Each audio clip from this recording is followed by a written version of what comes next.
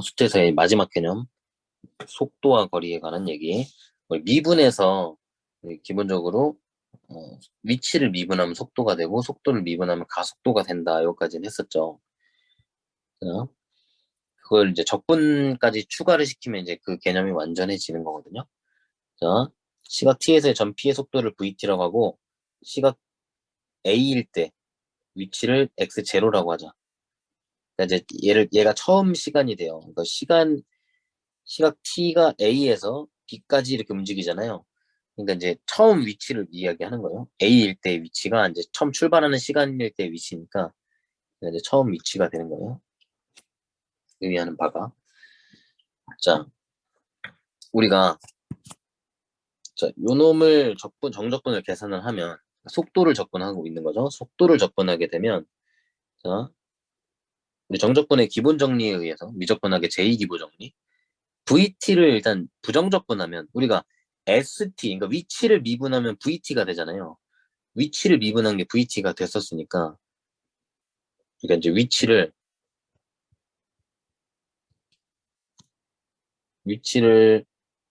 ST라고 할게요. 뭐 FT라고 나도 상관은 없어요. 위치를 FT라고 볼까? 자, 위치를 FT라고 볼게. 가만히 이제 앞에서 미분할 때 FT로 놨던 것 같으니까 얘를 위치를 FT라고 볼게요.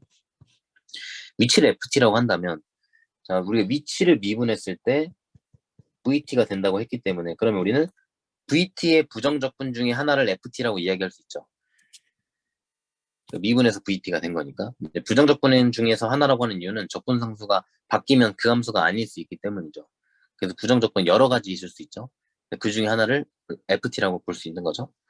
그래서 얘를 부정적분하면 FT, 여기다가 이제 B 넣고 A 넣고 빼겠죠. FB 빼기 FA가 되잖아요. 자, 그러면 이 FB가 이제 B초일 때, 시각 B일 때의 위치잖아요. 그러니까 얘가 나중 위치가 돼요. 그럼 FA는 처음 위치가 돼요. 처음 위치. 나중 위치에서 처음 위치를 뺐으니까 당연히 위치 변화량이 되죠. 위치가 얼만큼 변했는지가 나오죠. 나중 위치에서 처음 위치를 빼면. 자, 그래서 위치를 미분하면 속도가 나오지만 속도를 적분하면 위치가 나오는 게 아니고 속도를 적분하면 위치 변화량이 나와요. 위치 변화량이라는 거 중요합니다. 속도 적분했다고 위치가 나오는 게 아니야. 속도 적분하면 위치 변화량입니다. 자, 그 다음에 2번. A초부터 B초까지 시각 A에서 B까지 이제 움직이는 거리래요. 움직이는 거리. 그리고 움직이는 거리, 이동거리죠. 그 이동거리와 위치 변화량에 대한 차이는 속도에서 자세히 이야기를 했었죠. 움직인 거리는 앞으로 가도 움직인 거리, 뒤로 가도 움직인 거리죠. 그러니까 이제 앞으로 뭐 2칸 가고 뒤로 이제 3칸 가면 위치 변화량은 마이너스 1이지만 움직인 거리는 5죠. 앞으로 2칸, 뒤로 3칸 갔으니까. 그러니까 이걸 다 더하고 싶은 거야. 그죠? 뒤로 간 것도 다 더해서 5로 만들고 싶은 거잖아요. 그러면 양수화 시켜야 돼. 근데 우리가 물체가 움직이는 방향은 속도의 부호가 결정을 한다고 했잖아요. 그럼 속도가 마이너스일 때 우리가 뒤로 가는 거잖아요. 근데 얘를 양수화 시키려면 그 속도에다가 절대값을 붙이면 양수가 되죠. 그래서 이 속도가 이때는 플러스, 뒤로 갈 때는 마이너스니까 우리는 이 속도를 다 양수, 즉 속력으로 바꾸면 우리는 이게 다 앞으로 간 거로 칠 수 있다는 거야. 그래서 얘는 속력을 접근하는 거예요. 우리가 속도에 절대값 붙이면 속력이라 그랬죠. 그래서 절대값 VT를 적분을 하게 되면 움직인 거리가 나와요.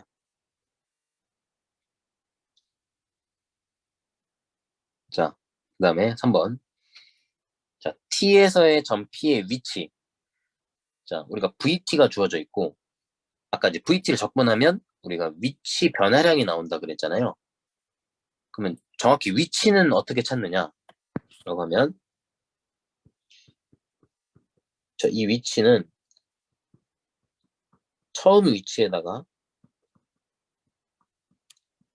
얼만큼 변했는지를 더하면 나중 위치를 찾을 수 있죠.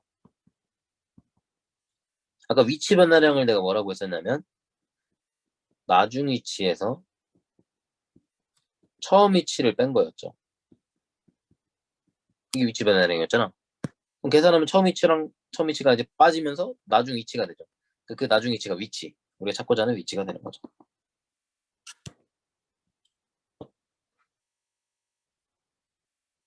그죠? 그래서 우리가 위치, 정확히 x라는 위치를 찾으려면 처음 위치인 이 x0, 그러니까 a초일 때의 위치를 x0라고 아까 하기로 했죠. 전제 조건으로. 처음 위치 a초일 때의 시각 a에서의 위치 x0, 처음 위치 더하기 a초부터 t초까지 시각 a에서 t까지의 위치 변화량 이렇게 더하게 되면 나중 위치를 우리가 찾을 수 있다 이런 겁니다.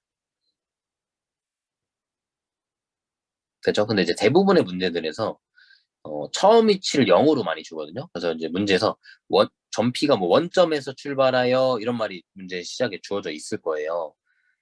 그때는 이제 처음 위치가 0이 되니까 위치 변화량이 0이 되니까 위치 변화량이 그냥 위치가 돼요. 그래서 속도를 접근하면 위치가 나온다고 착각을 할 수가 있어요, 여러분이. 그런 문제 위주로 공부를 하게 되면. 근데 만약에 처음 위치에 대한 언급이 없으면 그렇게 얘기하면 큰일 나는 거죠. 틀리는 거죠. 그러니까 처음 위치, 즉 원점에서 출발하여 이런 말이 없으면 절대 그렇게 풀면 안 됩니다.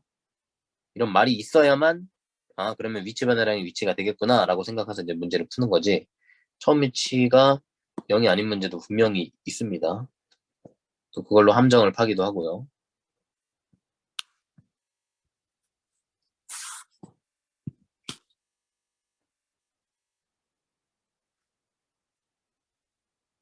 자, 그 다음에 속도.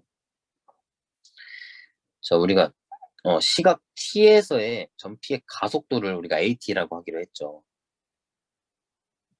그리고 시각 A에서 속도를 V0라고 하자. 이건 다시 마찬가지로 처음 속도란 얘기예요. 처음 속도. 초기 속도란 얘기죠. 처음 속도. 자, 그리고 우리가 미분해서 이 속도를 미분하면 가속도가 된다고 이야기했었죠. 자, 가속도를 한번 정적분을 해보면, 자, 여기서 AT, 가속도를 부정적분하면, 이제 부정적분 중에 하나가 VT라고 볼 수 있다 해서, 이제 VT를 넣으시고, B 넣고 A 넣고 빼겠죠. 자, 그럼 VB 빼기 VA가 되고, 그러면 이제 VB가 의미하는 바가 얘가 나중 속도죠. 시각 B일 때의 속도니까 나중 속도, 얘는 초기 속도. 그죠? 시각이 A일 때의 속도, 자, 처음 속도가 되죠. 그렇게 되니까 얘는 속도 변화량이 된다는 거죠. 저희도 마찬가지로 가속도를 접근했을 때 속도가 나오는 게 아니라 속도 변화량이 나온다는 게 중요한 겁니다. 변화량이라는 게 중요한 겁니다.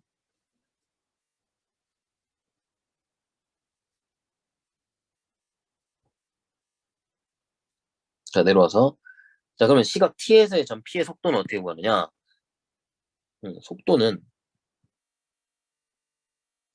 당연히 처음 속도에서 속도 변화량을 더하면 나중 속도가 나오겠죠. 처음 속도에서 속도가 얼만큼 변했는지를 알면 나중 속도를 구할 수가 있게 되는 거죠.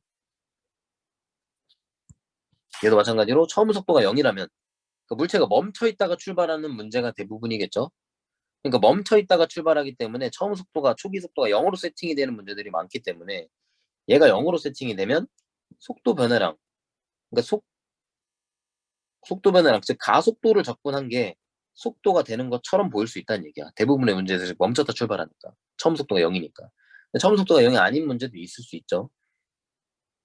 그때는 조심하셔야 된다 이런 얘기입니다.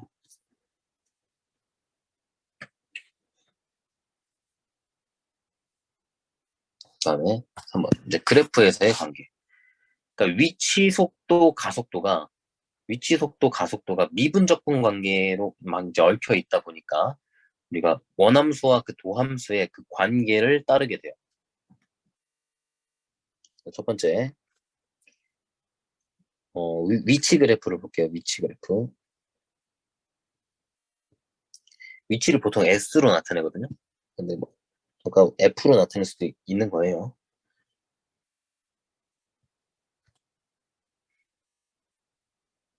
자, 물체의 위치가 이렇게 주어져 있어요. 그러니까 우리가 이 그래프를 왜 하냐면, 이 문제 풀 때, 이게 주어진 그래프가 이 위치 그래프인지, 속도 그래프인지, 가속도 그래프인지 이게 너무 중요해요. 그거 꼭 확인하고 풀어야 돼요, 여러분. 그거, 그걸로 실수를 많이 해요. 우리가 도함수 활용 문제에서도 이 함수가 주어진 그래프가 F인지, F 프라임인지, 그러니까 원함수인지 도함수인지에 따라서 그 그래프를 해석하는 게 달라지잖아요. 그죠? 그러니까 얘도 마찬가지입니다. 얘도 원함수, 도함수 관계가 있기 때문에 반드시 어떤 함수인지 체크하고 문제 푸셔야 돼요. 자, 근데 이렇게 위치 그래프가 나와 있을 때, 우리가 위치를 미분하면 속도잖아요. 그러니까 여기에서 이 순간 변화율, 즉 여기서 접선의 기울기 있죠? 접선의 기울기가 이때 시간에서의 속도를 의미하게 돼요. 기울기가 마이너스면 속도가 마이너스가 될 수도 있죠. 뒤로 가는 거죠. 그러니까 이렇게 내려갈 때 이때의 기울기는 마이너스잖아요. 속도가 마이너스니까 당연히 뒤로 가고 있다는 거죠. 그래서 물체 위치가 점점 작아지고 있는 거죠. 물체 위치가 점점 떨어지고 있잖아요. 그죠?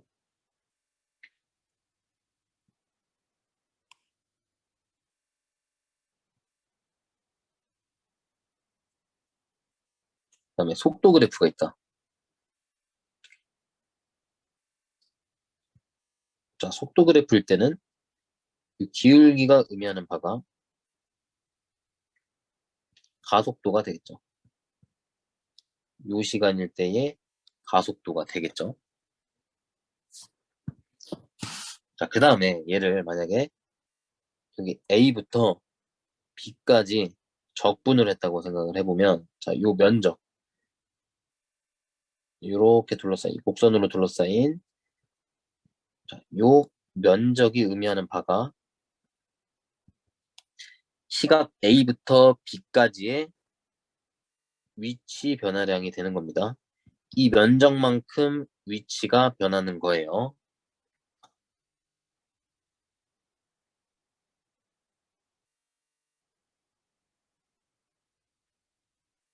자, 그래서 우리가 도함수에서 면적이 원함수에서의 함수값 차이라 그랬잖아요.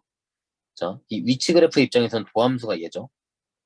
그러니까 이 도함수에서 이 면적이, 자, 이 면적이, 자, A일 때의 위치, 그다음에 B일 때의 위치. 요놈 둘의 함수값 차이가 위치 변화량이죠. 요만큼이. 그죠? 이 면적만큼 요 함수값 차이가 생겨서 위치가 변했다.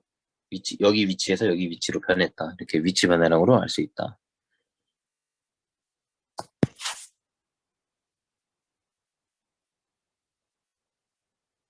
그래서 미분적분 이 단원에 이 속도 가속도가 들어있는 거예요. 아주 밀접하게 관련이 있죠.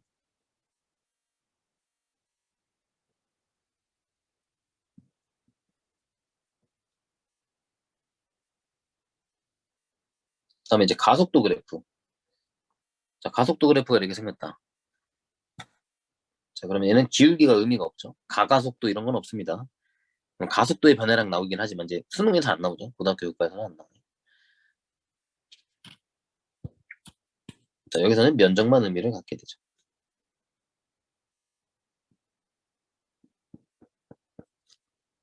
그럼 여기서의 면적이 가속도를 접근한 거니까 속도 변화량이 됩니다. 물론 이제 아래쪽에 그래프가 이렇게 있으면 이 면적이 어, 이 면적에 마이너스를 붙여야 돼요, 사실. 그러니까 마이너스 면적. 마이너스의 이 면적 값을 하면 얘가 속도 변화량이 되는 거죠. 그러니까 속도가 줄어드는 거죠. 이 면적만큼 속도가 줄어드는 거죠. 마이너스 1 때는.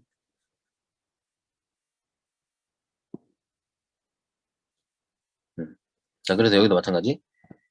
요, 요, 요 면적이, 어, 얘 입장에서는 얘 도함수가 얘니까 여기서의 면적이 이 속도 함수에서의 함수값 차이가 되는 거예요.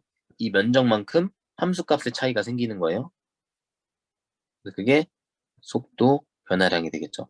여기서의 함수값은 속도를 의미하니까. 그렇죠? 이제 개념은 다 끝났습니다. 이제 속도 가속도 이제 적분 문제 풀어보도록 할게요. 이거 끊었다 갈게요.